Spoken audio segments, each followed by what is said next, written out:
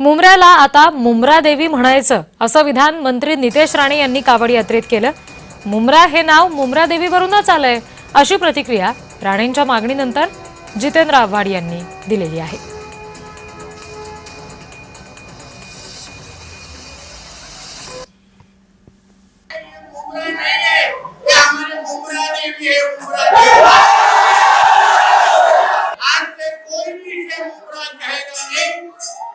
हर कोई इसको मुंब्रा देवी ही कहेगा। हमारी मुंब्रा देवी, ये हमारा मुंब्रा देवी, ये हमारे हिंदू राष्ट्र में है। ये देश एक हिंदू राष्ट्र में है। ये कोई किसी के अब्बा का पाकिस्तान नहीं है।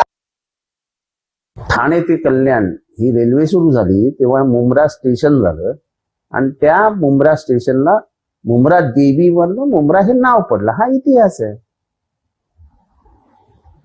त्यामुळे हिंदूंनी काय म्हणावं आणि मुसलमानांनी काय म्हणावं हा प्रश्नच उद्भवत नाही।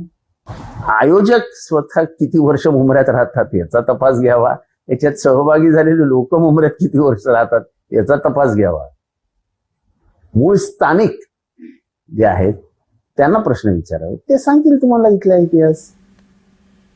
या सगळ्या प्रकरणावर सचिन अहिर यांनी सुद्धा प्रतिक्रिया दिलेली आहे, बघूया। हा संशोधनाचा भाग आहे की मुंब्रा हा नाव कसं पडलं।